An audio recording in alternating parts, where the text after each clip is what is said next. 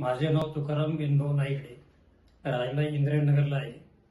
माझे बरेचसे दात किडले होते आणि बरेच म्हणजे कमी झाले होते.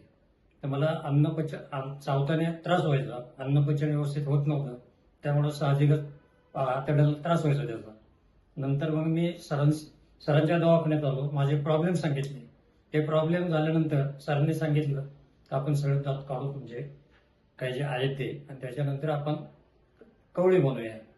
मग ते कवळे बनवण्यासाठी त्यांनी इम्प्लॅन्टची पद्धत सांगितली. तर इम्प्लॅन्ट केल्यानंतर मग नंतर सुरुवातीला एक दिवस त्रास झाला नवीन असल्यामुळे. कारण कोणतीही वस्तू आपल्या शरीराच्या बाहेरची असेल तर ते सहन करायला जमत नाही लोकांना. नंतर 1-2 दिवस गेल्यानंतर मी आता व्यवस्थित जेवण करतो. 1.5 महिना झाला आता माझा. मी जेवण वगैरे आहार माझा उत्तम होतो. आणि परत रात्री जरी काढायचं म्हटलं आपली कवळी, तरी ते काढायची इच्छा होत नाही.